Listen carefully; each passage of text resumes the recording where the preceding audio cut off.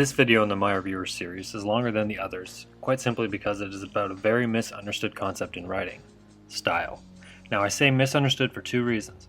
One, many people think that people are born good writers, but this shows a lack of understanding about how writers develop and how literacy is attained. While some people might have a more proficient knack for style, people are not born with it. Rather, there are practical steps, as this video will show, you can take to adjust the style of your writing. 2. Style is not something superfluous to the text, not just something extra and ornamental that is added onto the paper. Style is about real stuff, real concrete changes writers can make to their text to enhance reader engagement, clarity, and comprehension. Stylistic moves are real stuff. You can touch, you can try on different ones. Having a better understanding of what style is, and thus how style is graded by your writing instructor, will allow you to move up the rubric scale towards better grades. This video is aimed at showing you how the style component of the rubric is not a portion of your grade that you should feel helpless about, but rather a portion of your grade that you can make practical adjustments on to improve. Along with me for this video is, of course, the all-knowing Bluebird, who knows everything about writing. Have yet to discover why. Say hi, Bluebird. No, hi, like in English. I didn't know you're French, actually. Just say hi. Really? Okay, German? Okay, I thought you were... Oh, okay. It matters not what nationality the bird is. He has a question for us from a writer named Steve Thomas. Would you wear the same clothes to accompany your grandmother to your cousin's wedding as you would to accompany your friends to a rock concert? Think about it, really. Don't just think what you wear to both events, but why you would. With the wedding, there are certain cultural expectations for what is expected from you. And if your grandma's going, then chances are it's a pretty traditional wedding. People are expecting you to wear tux, there are tuxedo rental places devoted to just such an occasion, etc. As for the rock concert, it's a different story. You can alter your hair, put your piercings back in, take 2 hours trying to look like you don't care what you're wearing. Totally different. Now, just as you have the option of changing clothes for every occasion, so too can style be adjusted in your writing. Your clothing style is dynamic and not always the same. Style is the same way. You can change it based on the occasion. For example, you can write a text that is more technical, say a lab report that would probably be lacking in metaphors and literary descriptive language. Or you can write a memoir, more imagistic, with your goal being to put the reader in your past using description, imagery, first-person narrative. Or you can write an argumentative paper, more polemic in nature, aimed at convincing a skeptical audience of your viewpoint. Here you would want politically charged words and bold statements that make people rethink their beliefs. In these cases, your papers are wearing different outfits. It's about the way the information is presented, about the tone and the general feel of the essay. This video presents 6 practical components of how you can gain control over your style. They fall along the spectrum from basics to critical thinking. Much of the style is plain old grammar and punctuation, the basics. Is this a comma splice? That semicolon is not used properly, such and such. Then there are more critical thinking aspects to style. The use of figurative language, of word choice and vocabulary, which take into consideration your audience on a much deeper level. The 6 components, which do overlap at times, are grammar, punctuation, point of view, syntax, word choice, and figurative language. By taking into consideration these 6 elements of style, you can improve the style portion of your grade dramatically. Yes, Bird, you're smart, congrats. 1. Grammar. Very general concept. It refers to the set of rules that govern composition. For our purposes here, this should be conceived as something that is basic, right or wrong, as abiding by the rules of English or disregarding them. Some examples. Subject-verb agreement. The bird are blue. The subject, singular bird, disagrees with the verb, plural being. To fix it, they need to agree. Like so. And then there's possessive. This is a key rule in English, that there are set ways to indicate belonging in description and contractions. Here we are missing an apostrophe to indicate that 2 words have been put into one. As a general rule of thumb, when in doubt, I would just use 2 words. Another example of grammar is interrogative sentences, used to indicate a question. Put a question mark here, and we're done. So, why go over these basic concepts that we learned so long ago? Not because you've forgotten, but because this video serves to remind you that a big part of style is just reading and rereading your text to ensure comprehension. Many grammatical mistakes stem not from a lack of knowledge, but from carelessness of applying principles already known.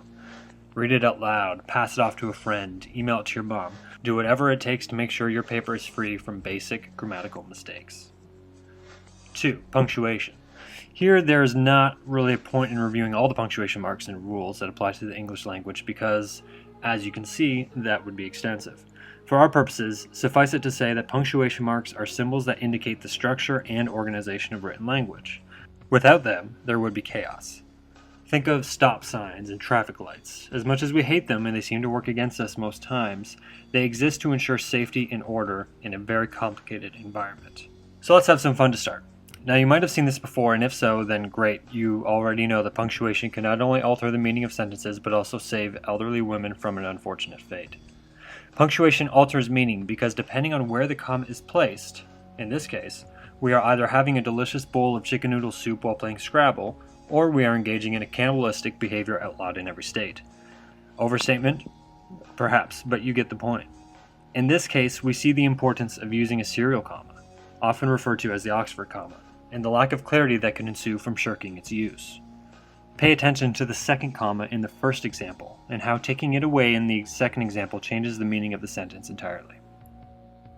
Funny. On to less controversial examples, though. Take a moment and read the following sentence without punctuation. Now, take another moment and place what you think would be the appropriate punctuation in the sentence. Let's say you decide to insert 2 commas, like so. Now the sentence reads as a pretty sexist statement towards women. Now let's change it around a bit. Put a colon there, move this comma here, and voila. We have the same sentence with entirely different meaning. Still a sexist statement, but this time directed towards men. Punctuation changes meaning. Commas and colons are just as powerful as words, if not more. No, Bluebird, this is not equality. I guess it is, but that's not really what we're talking about. Okay, comma splices. A comma splice is an instance when a comma is used to separate 2 independent clauses. Here, quote, "The bluebird is annoying. I don't even know how we got here," end quote. While accepted in poetic writing, comma splices are instances in which the author does not know how to properly use a comma. In this case, the writer could have used a semicolon or conjunction, like yet or but. But no. What? Bluebird, why are you angry? Oh, right, the sentence. Yeah, I didn't mean that. An ellipsis, commonly used in literary and poetic writing, should not be used in academic writing in this way shown. Oftentimes people use it to show a lingering thought or something to that effect, but don't do this. Just a period. And Bluebird, I was joking. You exist for sure. In academic writing, ellipses should only be used when indicating an omission from a quote, like this sentence, taken from the Bluebird's biography, for example. Oh, he'll probably be mad about this one too. But, oh, no, he's accepted this one. I thought you were German. Okay, so writing courses in college are not consumed with teaching grammar, but they do value good grammar. Oftentimes, it's about taking personal responsibility for your own learning and trying to apply the grammatical and stylistic principles to improve a grade. Not pleasant, but worth it. Okay, next. 3. Point of view. This component is less basic and involves more critical thinking. A writer's point of view is a specified position or method of consideration and appraisal. It may also be an attitude, judgment, or opinion. In literature, physical point of view has to do with the position of time and space, from which a writer approaches, views, or describes his or her own material. First person, omniscient narrator, limited omniscient, and objective. Personal point of view concerns the relation through which a writer narrates or discusses a subject, whether first, second, or third person. Now, perhaps most importantly for composition classes, is the mental point of view, which involves an author's feeling or attitude towards his or her subject. While it's important to know whether or not you'll be writing from a first-person perspective or a more objective academic one, it is very important that you think about how you are approaching the topic. Is the paper polemic, arguing vehemently for a position? Is the paper more neutral, like a Rogerian argument, where a sense of objectivity about a social issue is encouraged? Is the paper impassioned, filled with emotional and bold language? Or is the paper coming from a point of frustration, say like a journal entry in which you vent your political spirit? Your job is to consider what is expected and take on the appropriate point of view. While you can ask your teacher for details about this and gain insight through reading project descriptions, learning how to take an appropriate point of view for a given act of writing is a skill that must be developed over time. 4. Syntax, also a vastly misunderstood part of style. Tell them what it is, Birdie. Yep, syntax is one of the major components of grammar. Syntax refers specifically to the arrangement of words in a sentence. And syntax is about how the combination and arrangement of words creates meaning. Nice. What? Rain? That's not even possible. Knowledge isn't physical. Okay, sure, you're right. I'm jealous of a clip art bird. Sure. Okay, so here's an example. Quote, "The old men and women sat on a bench." End quote. Can you guess which part of it is ambiguous or unclear? The arrangement of words are as such that they could be communicating two different meanings. Are the women old or not? Should the writer insert another old in there for clarity's sake, or would that seem redundant?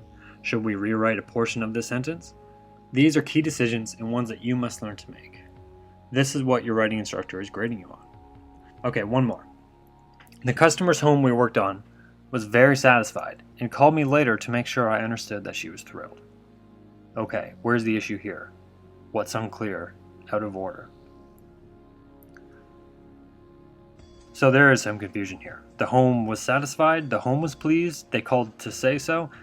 This is a perfect example of poor sentence structure. It exemplifies poor syntax. That is, the relationships between words and phrases are anything but harmonious. They need to be rearranged to facilitate better clarity. This sentence exemplifies exactly what a syntactical issue is. This wonderful sentence also shows what can happen when the writer is in a hurry, and his or her mind is not clear. Had the writer taken a deep breath or two before composing this message, or simply read it before sending, it probably would have looked something completely different. 5. Moving along now, word choice. Okay, so technically each and every word you use is a choice, but there are specific issues related to word choice that tend to come up time and time again. Consider the following quote from Salvador Dali. "The first man to compare the cheeks of a young woman to a rose was obviously a poet. The first to repeat it was possibly an idiot." What Dali is getting at is cliché. Being the creative artist he was, Dali thought that reusing past material was the ultimate no-no. He himself applied this concept to writing. To exemplify what I mean, let's look at 3 clichés. First, Chris will give Johnny a run for his money in the upcoming match. Under the sunny sky, Cindy felt free as a bird.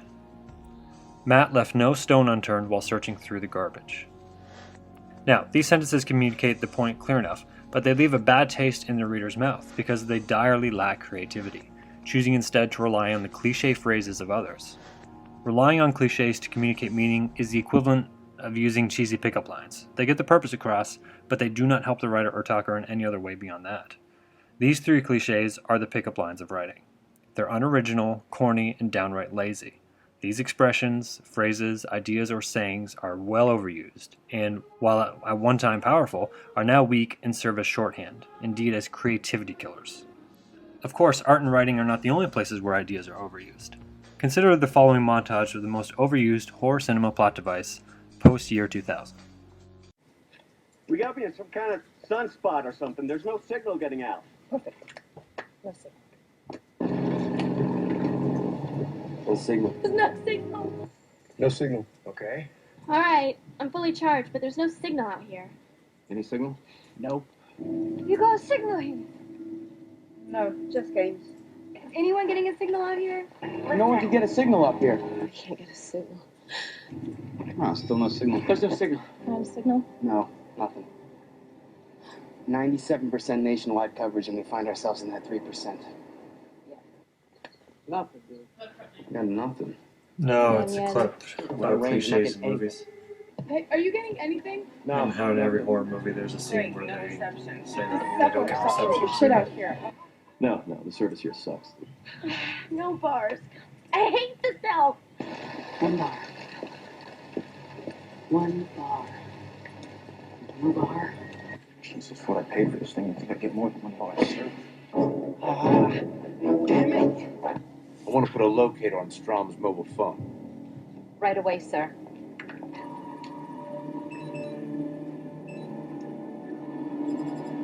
Annoying, right? Well, this is how your reader feels when you use cliches.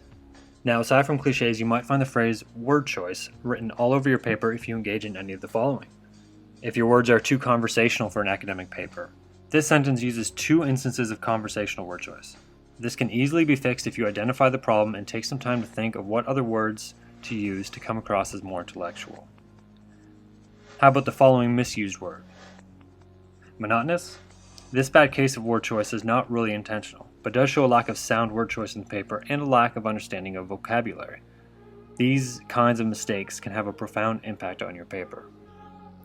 Similar to the example before, you may also want to avoid any unwanted connotations, such as this one.